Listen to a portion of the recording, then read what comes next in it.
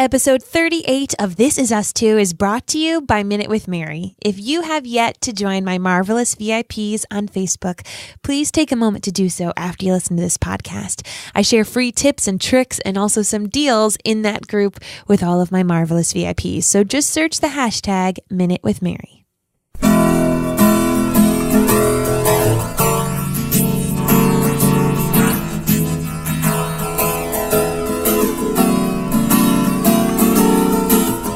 From Cranston, Rhode Island, welcome to This Is Us 2. It's a podcast dedicated to This Is Us on NBC. So sit back, relax, and let's all have a good cry.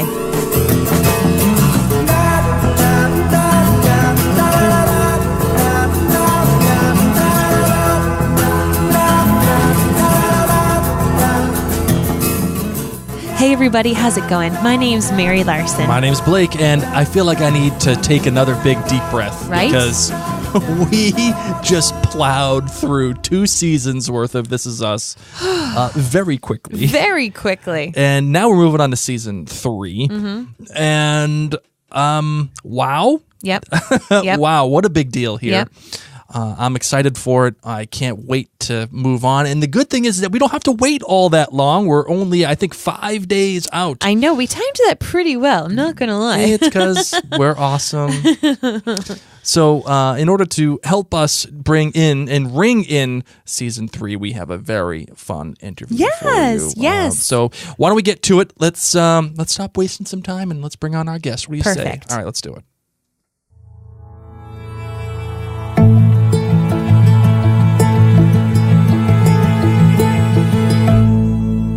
Joining us today is Dan Snierson of Entertainment Weekly. Dan's covered many of television's finest programming during his tenure at Entertainment Weekly, including Breaking Bad, Better Call Saul, and Lost. Needless to say, he's kind of a big deal, guys. But we all know him as the lead writer and news source for our favorite show on NBC, This Is Us. Dan, thank you so much for taking the time to join us on This Is Us 2. Thanks for having me. I appreciate it. So we had the Emmys just recently. It was 2 nights ago as we record this. No Emmys for This Is Us. Is it just too hard now for network shows to compete with cable and pay networks, do you think? I think that is definitely one of the challenges. I think they might argue, too, that a family drama that's a tough genre to break through in awards, too. So maybe it's a combination of those 2 factors. But Sterling K. Brown would tell you it's not too hard to break through, I think. Valid point. Yeah. So as we move on to the rest of This Is Us and what we're trying to do here, I have a couple of personal questions for you first. You've covered a lot of great television. I mean, between Breaking Bad, Better Call Saul, and even Lost with Jeff Jensen, which, by the way, I watched your show, Totally Lost. It was it was appointment viewing, in my opinion. I watched it every single week. Have you ever found yourself connecting to This Is Us like you did with those other shows? I mean, the mythology was so deep on Lost, it was easy to get lost in a really fun way in that.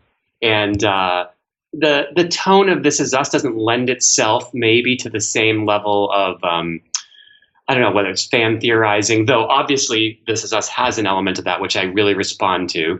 The humor on Lost at times with Hurley. I mean, yes, there's humor on This Is Us. I don't know. That just felt like we could be like maybe a little wackier, and you could lose your mind a little more in that show. So I don't know if you connect exactly the same way, but I probably cry more, I guess, from This Is Us, or at least the suggestion of a tear if I'm not crying. Mm-hmm. Yes. Well, that being said, of course, so many of these episodes have brought a tear to our eyes. What has been your favorite episode of This Is Us so far? This may be a little bit of an obvious answer, but I thought Memphis was just so powerful. And I don't think that's necessarily the perfect example of the show. It's a little more of a standalone episode. We're really drilling down, on Sterling K. Brown and Ron Cephas Jones, who are just absolutely amazing. But that episode, it was a bit of a travel episode. The intimacy of that, the sort of death is coming, but not exactly on the terms that you might expect. I think those hospital scenes with Randall were really powerful, and the book of poetry, how that kind of came around too. That episode that got me right in the feel zone. So would your favorite performance be in Memphis, or was it like your favorite performance from an actor, or is it in Memphis or another episode? That Dr. K scene, and I think any Dr. K scene I would nominate up there too. I thought her scene with him on the bench at the funeral was pretty amazing stuff. A lot of Milo's speeches really get me too. When he confessed to young Kate that he had a problem with alcohol, and that the weakness he showed in that vulnerability, I should say, that he showed to his daughter, that I actually need you guys. Like, I'm going to lean on you to hopefully get through this, which is a lot to ask of a kid. I thought speeches like that were really powerful. Milo's had some great moments. I mean, they all have. What about you guys?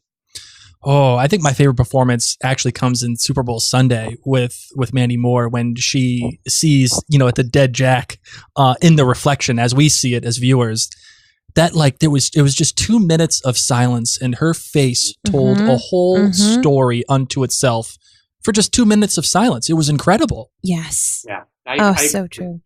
I totally agree with you. And that sort of the candy bar moment. Yeah. You just you can't just those odd reactions we might have at the moment of tragedy, for sure. Mm-hmm. So we've talked about the Emmys, and we've talked about other shows like Breaking Bad and Lost, and I'm going to even mention Mad Men here.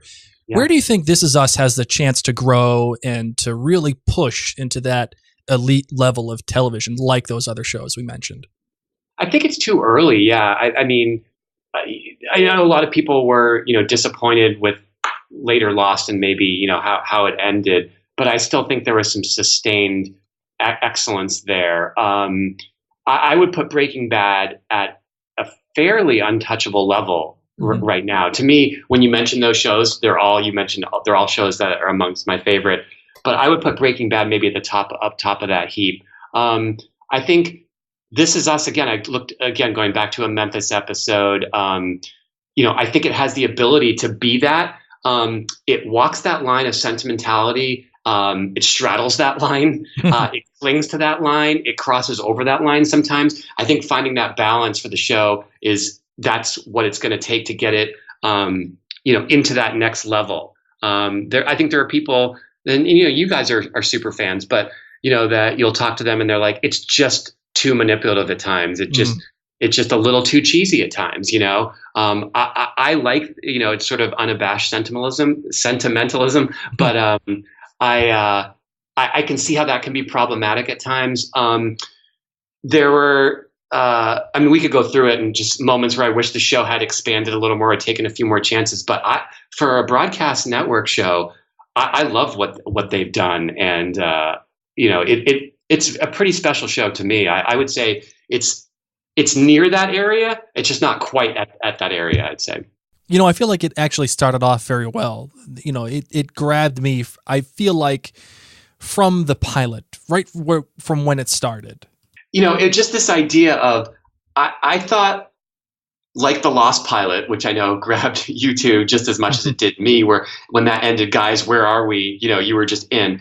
I thought that twist was so well placed and so well done that it immediately established to me, this is beyond a broadcast network show that you're used to. Like, that set the standard for me. I thought that twist was laid in so perfectly. And what I really liked about it too was they gave it away. They put the year on the boxes, when they're in their room, and the vacuum cleaner too. Yeah. And the hospital equipment and the way they're dressed, and you just go, oh, maybe they they live in a cool neighborhood and they wear hipster clothing. Hipsters, yeah. And the hospital equipment, you say, oh, well, it's a TV show, so maybe they just didn't get it right or whatever. I love that your brain, 1979, okay, those are old things. Your brain keeps telling you something's off here, and you just rationalize it yourself. I thought he handled that so well, and that to me said that this show was going to be something special. Right. It never lied to you. The only time I ever feel like the show kind of lied to you was when the drunk driving. I felt that was outright disingenuous. I certainly, the way the show was marketed and promoted, it led viewers to that conclusion. My mom, bless her soul, calls me and says, I think I figured out how Jack dies. And I'm like, how? And she goes, I think it's a drunk driving accident. As if it's like, that's the biggest thing. I'm like, really? Is that what you're putting together? Yeah. And they felt that the big like aha moment was going to be, that Jack and Rebecca were splitting up.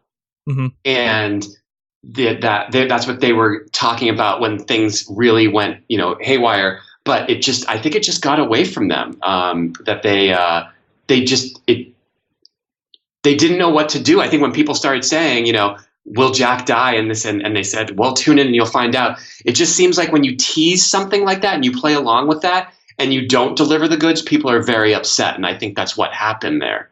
I mean, especially though, the way that it's edited and all of that, it's telling the viewer this, and like, it's one thing to have like sleight of hand, and it's one thing to edit things a certain way. Like, you could argue the way they edited Beth in the season 2 finale, it points to Beth being the one who's her, but it's not making this outright statement that I felt that the drunk driving portion was telling you. It absolutely was the way that was edited together led you to that conclusion. The only reason that I wasn't fully expecting it was because it just felt too obvious. And Dan, right? It's just like, it can't be this. But then to not have it be another way, and not have to wait, you know what I mean? That like this was punted. The other thing I would say is that Dan said this was going to probably go into season 2. Now, not everyone reads interviews, of course, but he had been on record and he had said that to us too.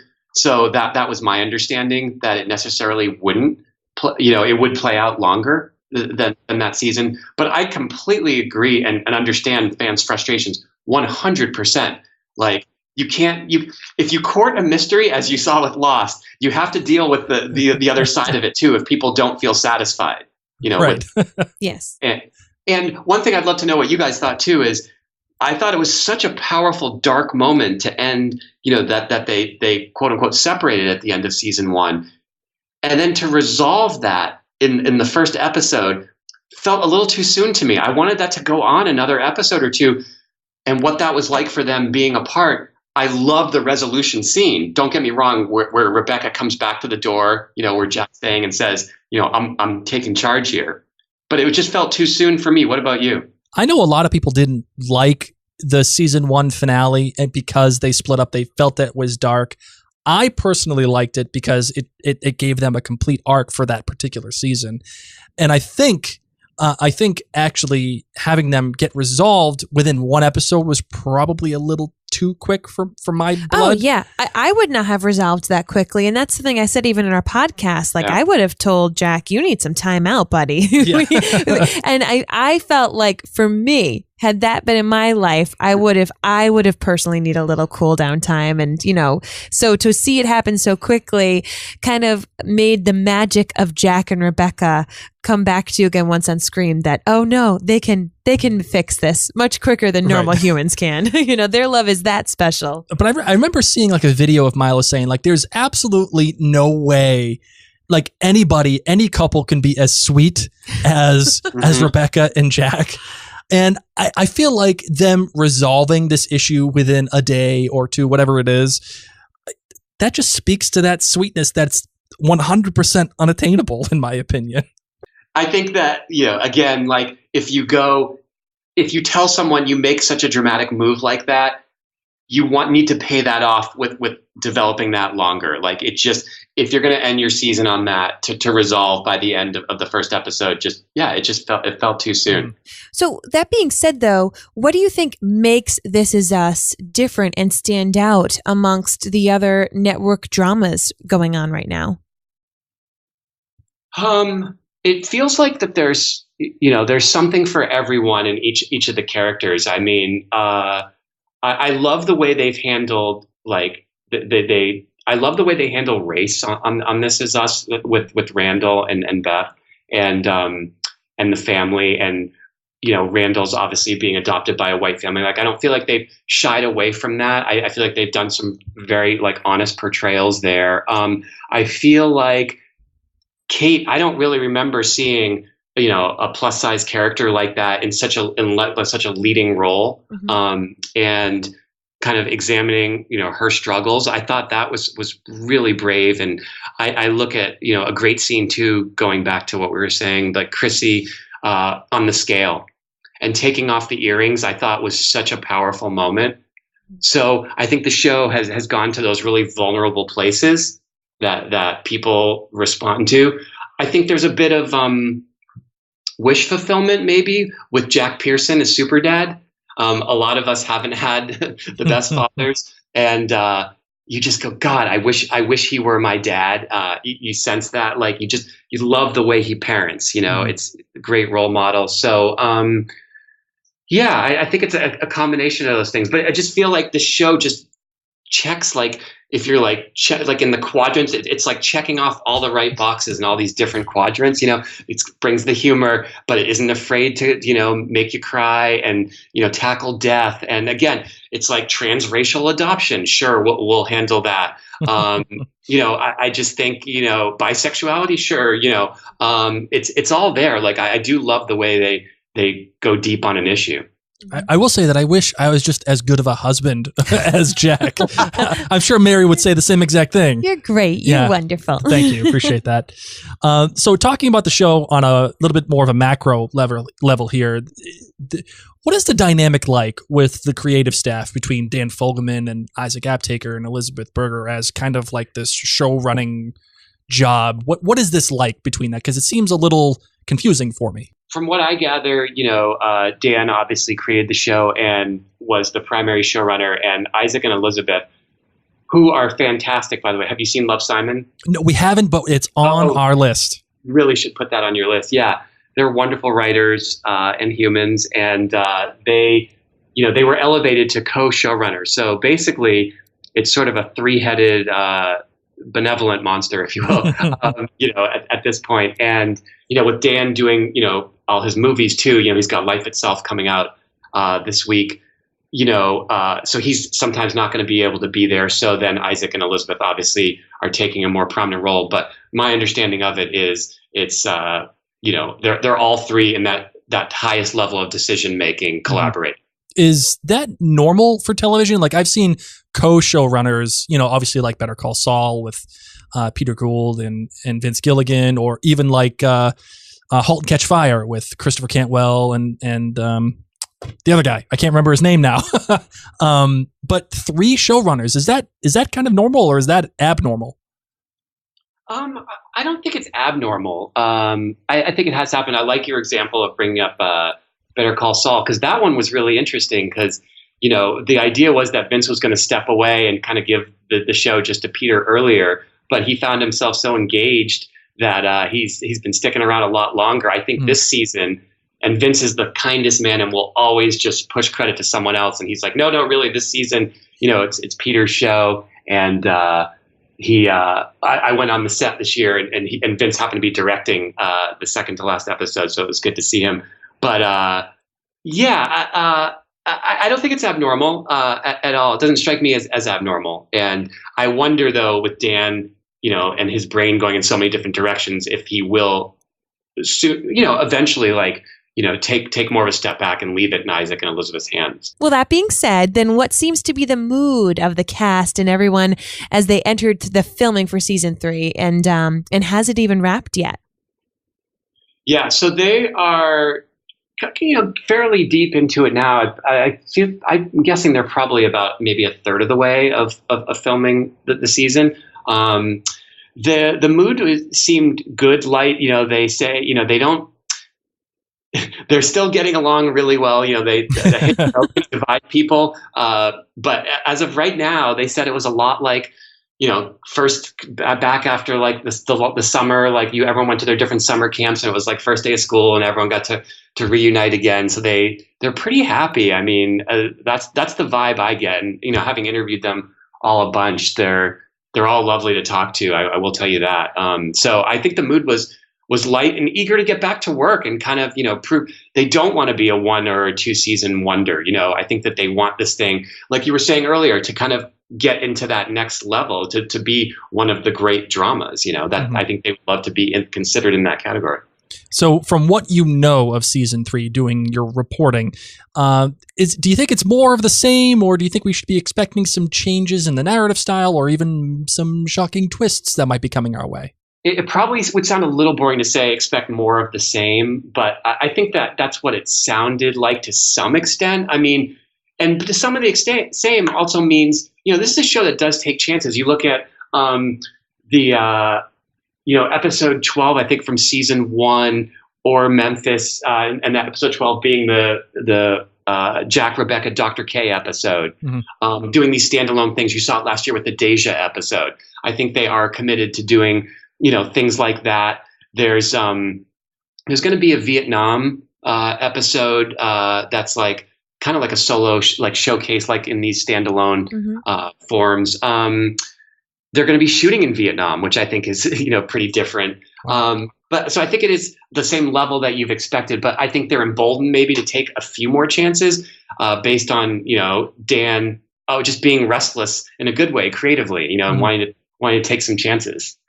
So in Vietnam, is either Justin Hartley there, or is Milo actually going to be in Vietnam, or are they just using it for like establishing shots?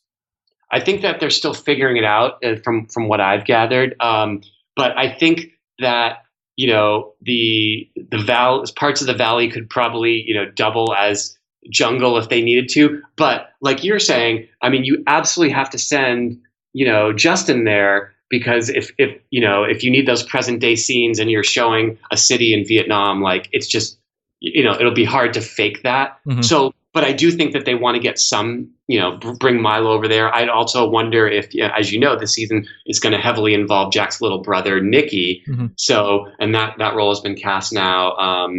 And to bring that actor too. So I think we could probably see both, I would think, over there.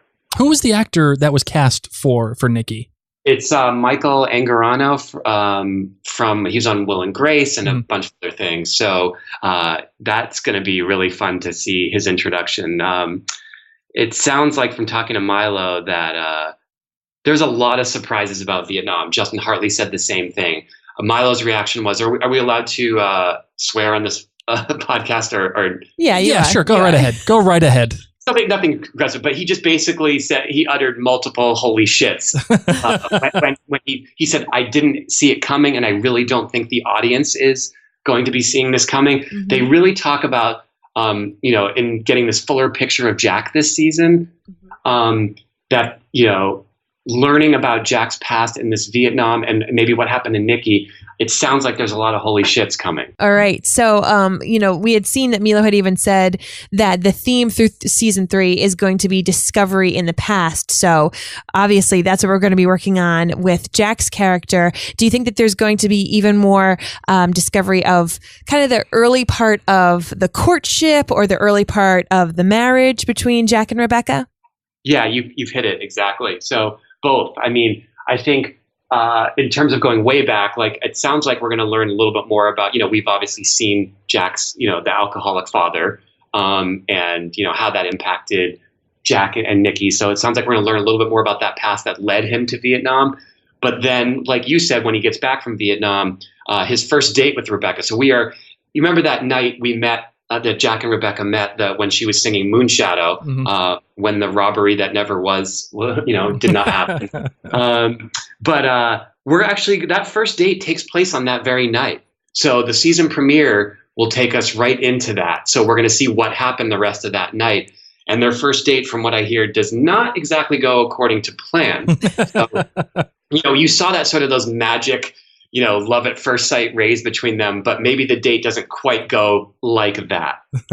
See, on our show, we have these thing called hot takes, and it's like our predictions for what's coming up. And my hot take for our last episode was that we were going to see the whole introduction again, but not from Jack's perspective, but from Rebecca's perspective. Oh, I love that. Can you tell me if I'm right or if I'm wrong? Because I'm dying to know.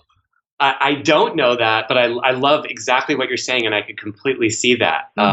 So they've done that. I mean, that's that's a good Dan, like, kind of fake out move too. Like we saw that with Rebecca's date, where we thought she was going on a date, it was going to be with Jack, right, and it was with someone else or whatever. Like that's, Dan loves something. I think you could be onto something there.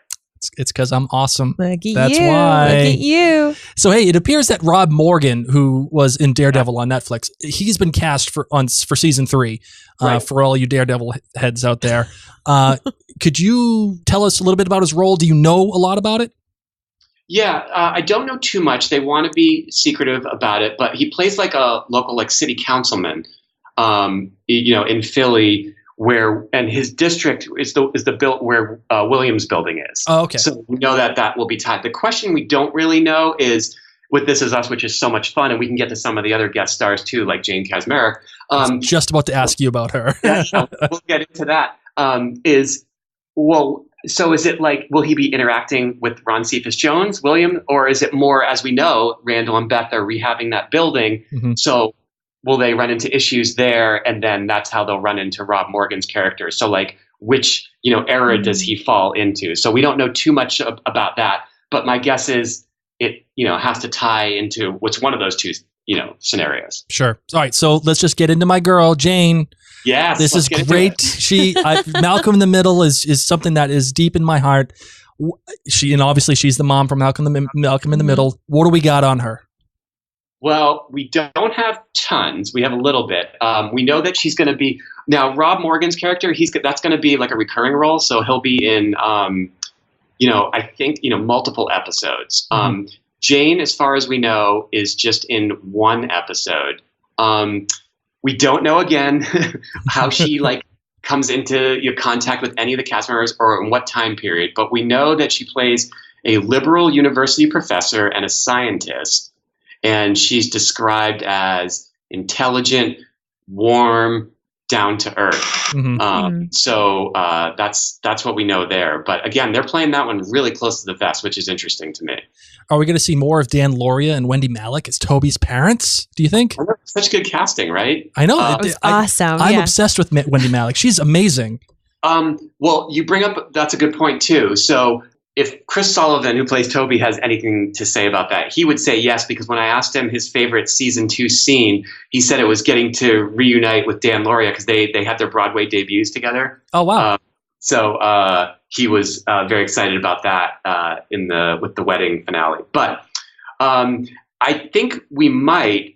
But Toby's brother should probably be a bigger question, right? Because as you know, he wasn't at the bachelor party and he wasn't at the wedding. So my bigger question is, when do we meet Toby's brother and what's going on there? Because there seems to be a certain level of estrangement.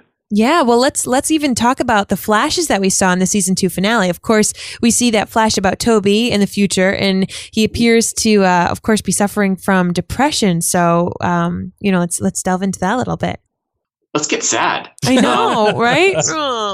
So we know Toby struggled with depression before, but we kind of think of him as the lighter comic relief, a happier guy for the most part when he's not almost dying of heart collapse or whatever that was. Crashing into tables, just whatevs, It was very dramatic, very dramatic. That I felt was a little soapy. Like, you're talking about, I thought that moment was a little soapy. Anyway, we can get the sidebar and get into that later. What's causing that depression? I think, Kate and Toby are going to have make another go at it in terms of having a child. Obviously after the miscarriage, which is a very powerful experience for them. In the little footage that's been released of season 3, we see them. She says, "Let's make a baby," and I think he says, "I'm your huckleberry," basically, and. But I think they're going to have some struggles with that, it sounds like. So that's not going to be an easy road.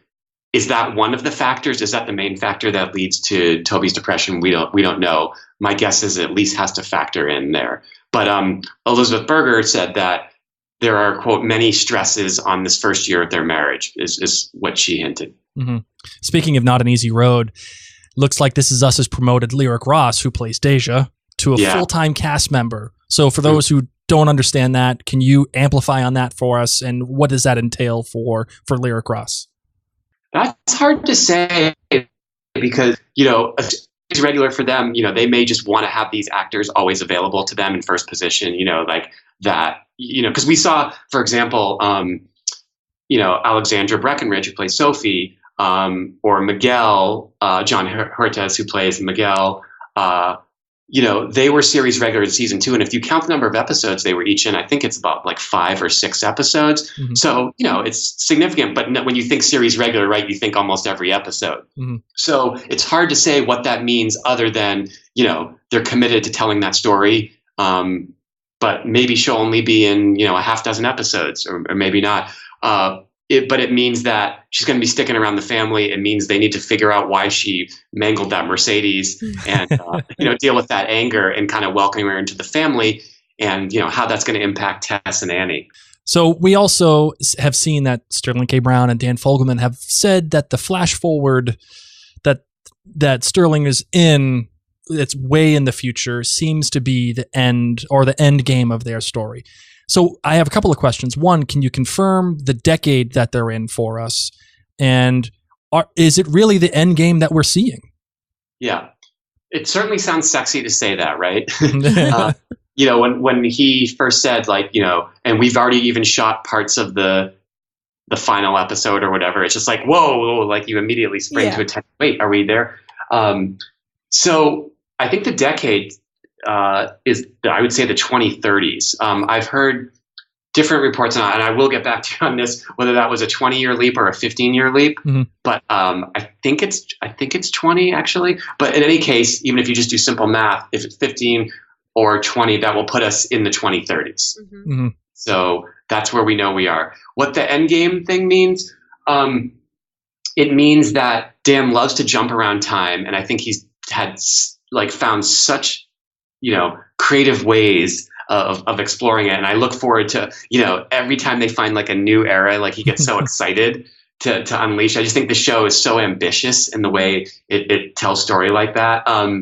So he's saying that that's as far ahead, the end game, meaning that's as far ahead as we're going to jump. Mm-hmm. So that will be our final, resting spot in the timeline. It doesn't necessarily mean that the show ends there, though it might. My guess is it doesn't. But just when we're flashing ahead, we're not going to go ahead 60 more years and see their great grandchildren, it sounds like. But who knows? Maybe he'll change his mind. I don't know. So, of course, speaking about that scene with the future Randall and Tess, it, of course, didn't feel like things are going to be in a good direction at that point. Things are not exciting in that little flash that they did. So should we be prepared for more heartbreak and tissues? I mean, I guess the obvious answer is yes, this is us. Of course you need tissues. Nope, pack your Kleenex boxes up. This is it. It's all fun and games from now on. I think you're right that there's more heartbreak there. That certainly seemed fairly ominous. I'm sure you guys did the same thing I did. You went, okay, first question, who is her? So is it Deja? Is something happened to Beth? Susan Kelechi Watson has gone on record. I interviewed her and she said, I talked to Dan. My mom was going to stop watching the show if they were killing me. And so he assured me that they weren't. So we know Beth isn't dying. But yeah, it's, so you go through your head, who are the possible people that it could be about?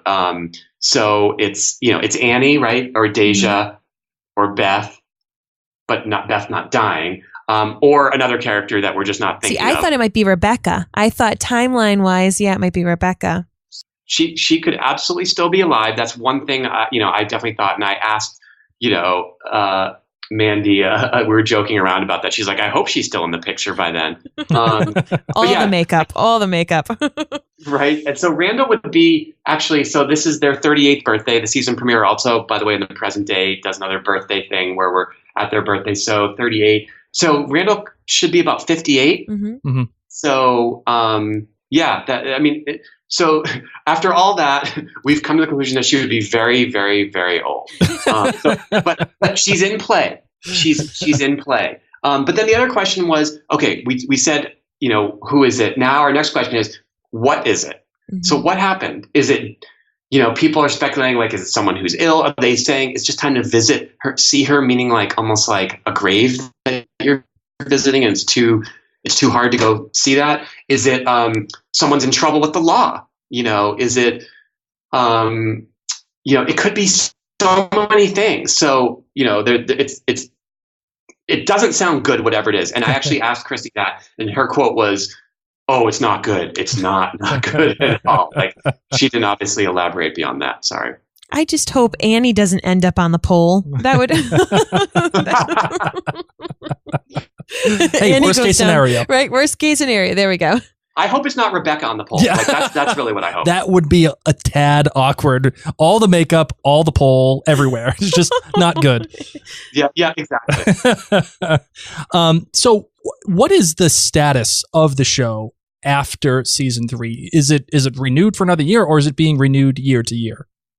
So NBC has been so proactive with the show, as you know. They picked it up after just like an episode or two for the season. And then after season 1, they picked it up for 2 seasons, which is fairly, unusual. Mm-hmm. You talk about what's usual and unusual. That was such a, they've always had these huge, shows of confidence. It is not picked up beyond this season. Its future is not in doubt at all or in jeopardy. It's just, how many years do they want to make this at this point? But we're years away from, multiple seasons. Mm-hmm. Away from, talking about the end of the show, it sounds like. So I guess the question is, does it get picked up? Do they do another 2-year pickup, or do they do another year pickup is really the question. Mm-hmm. What else should we be looking for in season 3? Any particular Easter eggs, interesting montages, or This Is Us always excels at, or is it, like I said, the obligatory twist that no one ever expects? I think it's definitely that. Mm-hmm. I'm sure it's that. Well, let's see. I mean, I think if you think of characters, I think the Miguel relationship is always interesting, because I think, and I'd love to hear your opinion on this. I think the ultimate, of course, fan fiction, wish fulfillment scene was, the old Jack and Rebecca, dream sequence that Kate had. It was so perfect for the show. It gave fans exactly what they wanted. But I think ultimately it just digs Miguel in deeper, because now you're like, you got to be like, okay, look, Jack's gone. He's never coming back. Except like this. This is what you always wanted, right? And then you're, it's like you get a taste of it, and then you're like, oh no, Miguel's still here. So I just think they were digging themselves in a deeper hole by doing that, and they're making their task. They know it's hard. How do you make Miguel? Not just because Jack was great doesn't mean Miguel's bad, right? It's like, I don't know how you guys feel about Miguel, but a lot of people just hated that character out of the gate just because they love Jack so much and no one could replace Jack. It's like unfair to the character or the story. So slowly they're building Miguel's story, I think.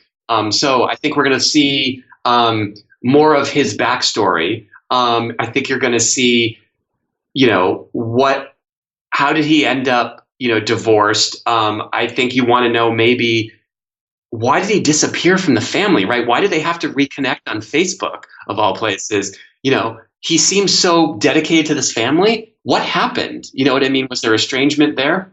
So anyway, I don't know how interested you are in Miguel, but I think there's very interested. I want to know about his affinity for Christmas ornaments and lawn decorations.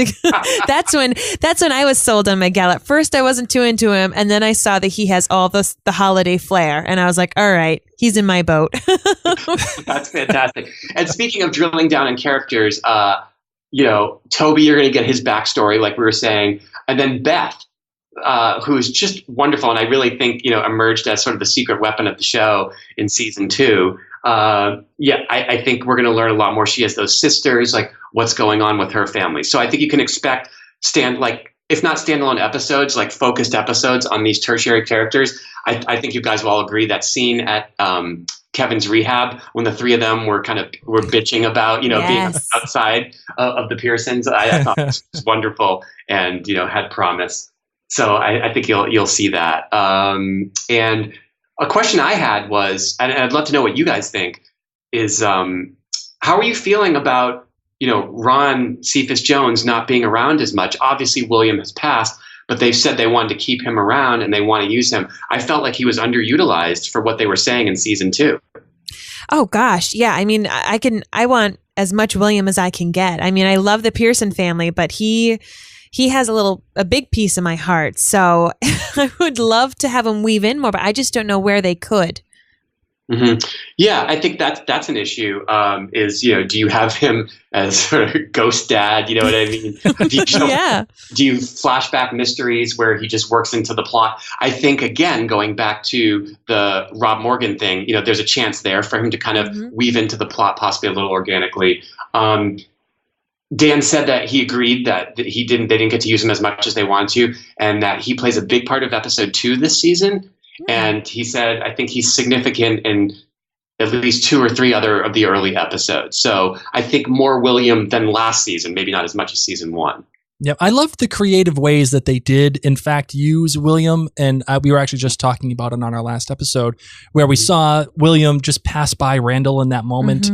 It was in the apartment building. It was just like, but it was like Ghost Dad like. But it was there, and I thought that was a really interesting way to use William. Just making up a scenario in my mind that William found all these bricks in his apartment building and hid little treasures in it, and Kevin's going to be knocking down walls with his mallet, finding out William's treasures. That will not be the plot line. This is why I'm not a writer. I admire your creativity there, though. I'm in. I would watch that. It's fun. What's your take on Zoey, by the way, and Kevin being together? Did you find that was like a shock, or is that something that you think we could really lean into as viewers and as for the show?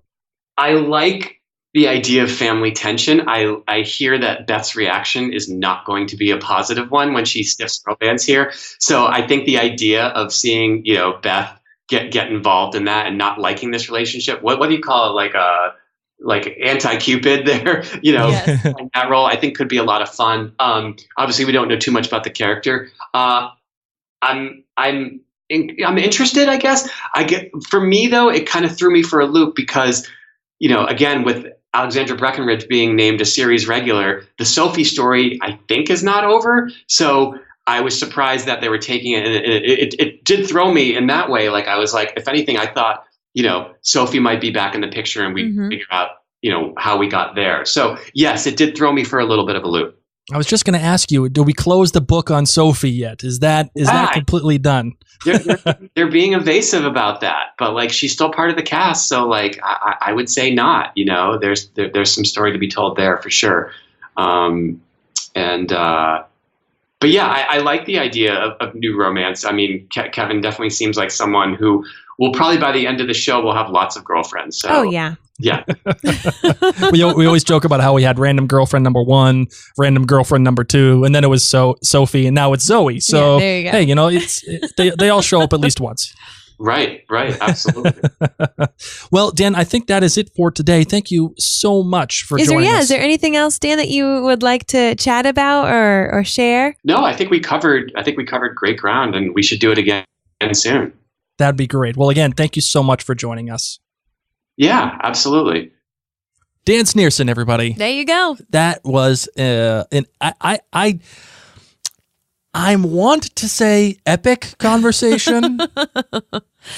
I'm not sure it's epic, but it's pretty damn close. It's just, I loved speaking to people like Dan, who it's their job to pretty much hang out with, delve into, and then write about our favorite shows. I mean, what an amazing job. And for him to, you can tell that he loves what he does, that he loves to sit there just like regular fans and be like, what was that about? Who is this going to be? I think I have an idea about this or that. And he gets to also have these wonderful interviews and interactions with the cast and crew. Right. One of the things that you guys aren't privy to as you listen to this is the fact that we actually did this over Skype.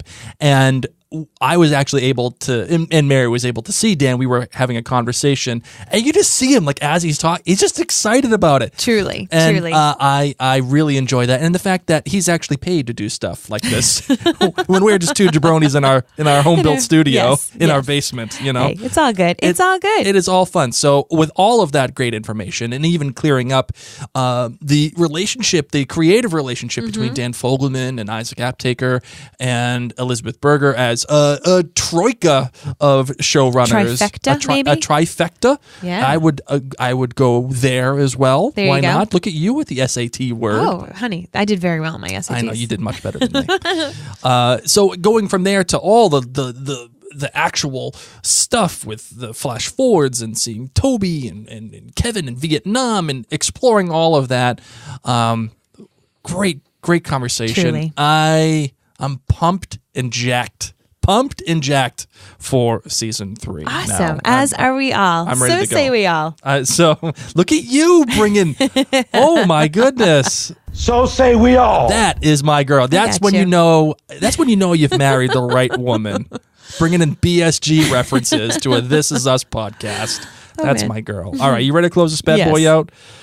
All right. Once again, thank you to Dan Snierson. Amazing. Hopefully, we'll be able to have him back once the mid-season break happens, which is going to happen. Dan confirmed that for us.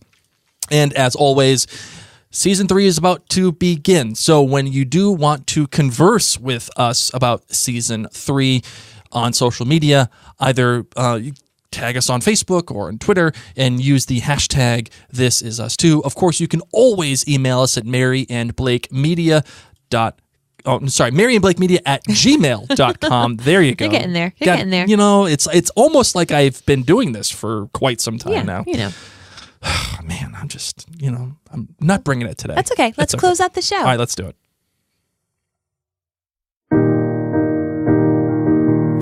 So this is our final episode before season 3. If you're excited, just know that we're excited along with you. If you don't have friends to get to watch the show with, know that we are now those friends for you, and we are here to geek out and love and cry and just enjoy each of these episodes. I want to take a moment to thank Sam's Girl 2002, who left us a written review in iTunes.